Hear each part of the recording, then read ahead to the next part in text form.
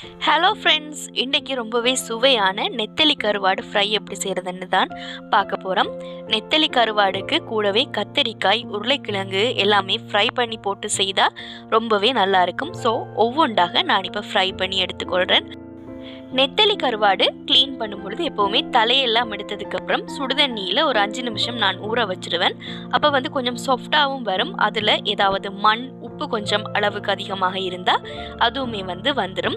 So நல்லா கழுவினதுக்கப்புறம் அதையும் நல்லா மொறுமொறுப்பாக வரும் வரைக்கும் ஃப்ரை பண்ண வேணும். நீங்கள் நெத்தலி கருவாடுண்டியில் எந்த கருவாடு க்ளீன் பண்ணும் பொழுதும் சுடுதண்ணி ஊற்றி ஊற வச்சு க்ளீன் பண்ணிங்களா இருந்தால் நல்லாயிருக்கும். இப்போ அதே எண்ணெயில் பெரிய வெங்காயம் 2 சேர்த்துருக்கிறேன். ஒரு 5-6 பச்சை மிளகாயும் சேர்த்து நல்லா வதக்கினதுக்கு அப்புறம் 1 டீஸ்பூன் அளவுக்கு வரமிளகாய் தூள் சேர்த்து வதக்கி கொள்றேன். கூடவே ஆல்ரெடி ஃப்ரை பண்ணி வச்சிருக்கிற எல்லாத்தையும் போட்டு மிக்ஸ் பண்ணினா இந்த ஃப்ரை ரெடி ஆகிரும். தேங்க்யூ.